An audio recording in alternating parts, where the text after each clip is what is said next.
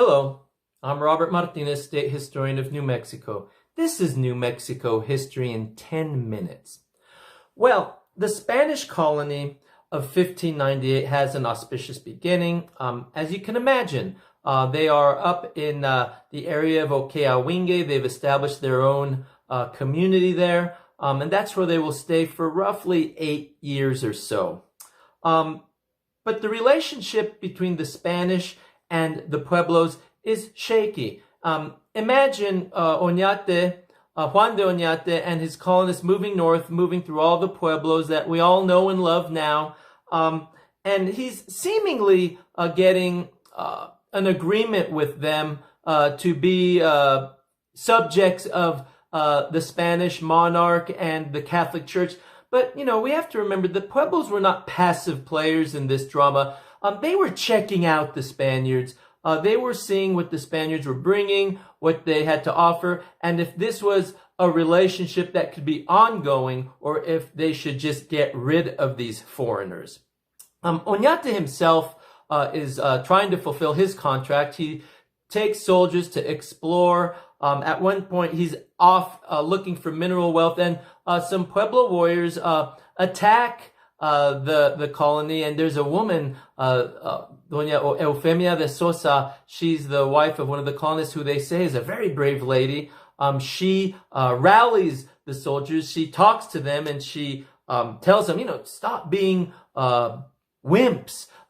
Take up arms and show that you are the soldiers that everyone should be proud of. And so they fend off the warriors. But this is the sort of thing that's going on. Now, let's remember, Oñate did not get an agreement with every Pueblo. Out west, there's a Pueblo called Acoma.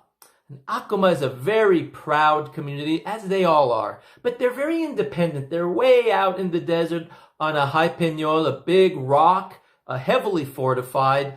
And so at one point, the leaders of Acoma, they send some people to check out the Spanish, to see what are they doing, what are they all about. Well, the story goes that they arrive when the Spanish are having one of their celebrations, and as you can imagine, they're putting on a play, Moros y Cristianos. Remember back at La Toma, south of Juarez, El Paso, where they did the play Moros y Cristianos? Well, during these plays, Spanish people would act like Moors and Christians, and they would have mock battles, probably with swords, and mock shots from arquebus, from muskets, pretending to die, pretending to win, and pretending to lose.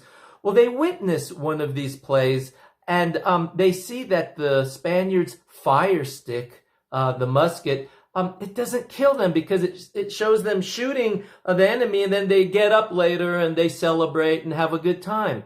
And so they go back and report this, and it's a fatal mistake, because what happens is the Acomans think that the Spaniards' weapons aren't dangerous.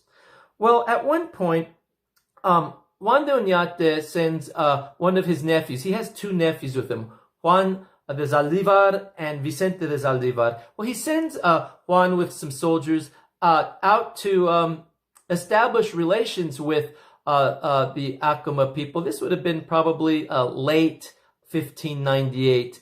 And depending on which side you hear, the Spaniards demanded food and shelter.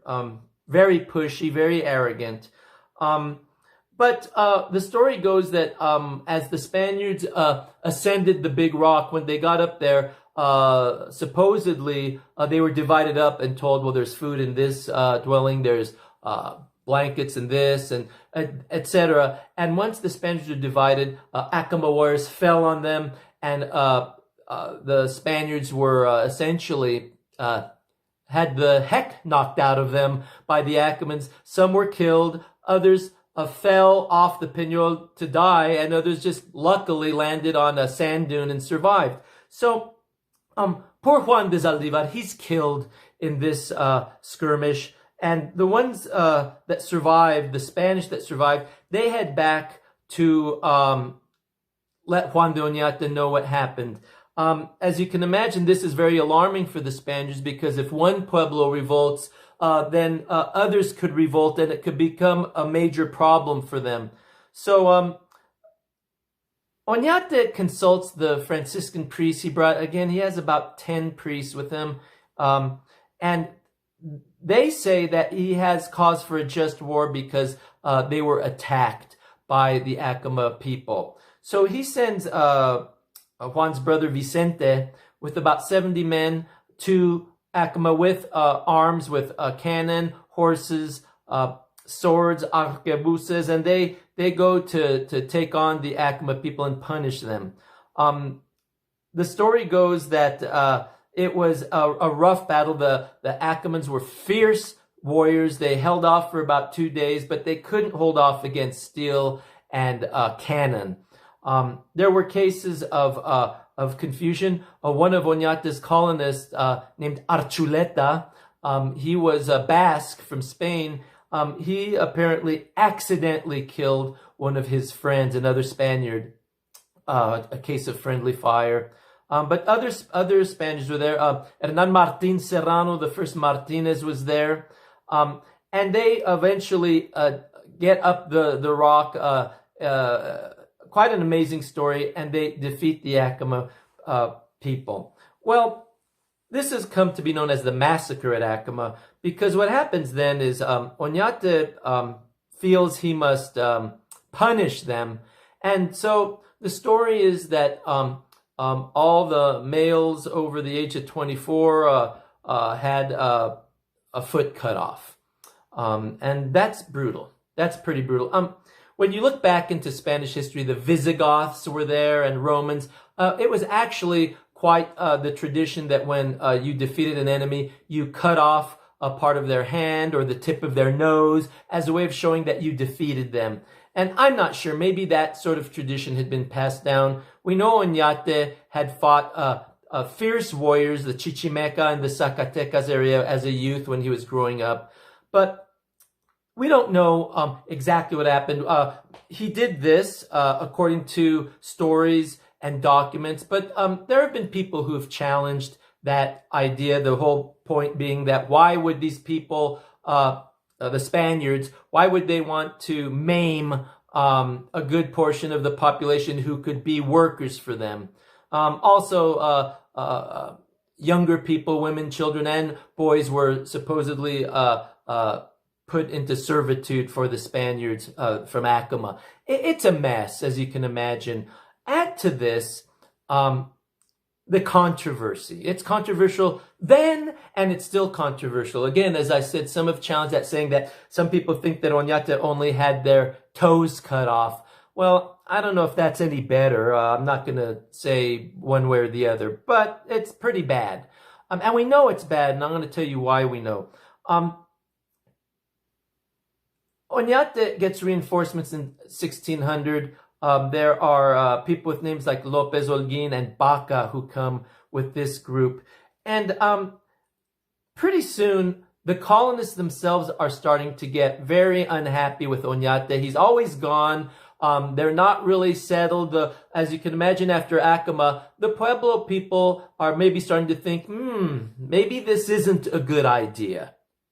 Add to that supposedly, Oñate was not treating the colonists very nicely. So what happens is, this starts to fall apart. Most of the colonists, while Oñate is off exploring, desert. They head back south. They've had enough of Oñate. They've had enough of New Mexico and the Pueblos. And it leaves a fairly small group of, I always say, cabezudos, hard-headed people who weren't going to leave. Again, those are the people with the names like Martinez, Martin Serrano, Romero, Montoya, Baca, Chavez, Holguín. There are others. But, they stay on to fight another day and establish a Spanish colony here in New Mexico. But what this all ends up meaning is that Oñate is ultimately arrested and sent down to Mexico City in chains. He's accused of abusing Indians. He's accused of abusing Spanish colonists. So we have to keep all of this in mind when we think about Oñate. I want to have a balanced view because he is, in a sense, the founding father of Hispanic New Mexico culture. Although one can say that it was a founding that didn't last, because we'll see 80 years later, the Pueblos will revolt and kick the Spanish colonists out of New Mexico. So that's it for now. Let's get ready to see what happens between 1600 and 1680 in La Nueva Mexico. Hasta pronto. Goodbye.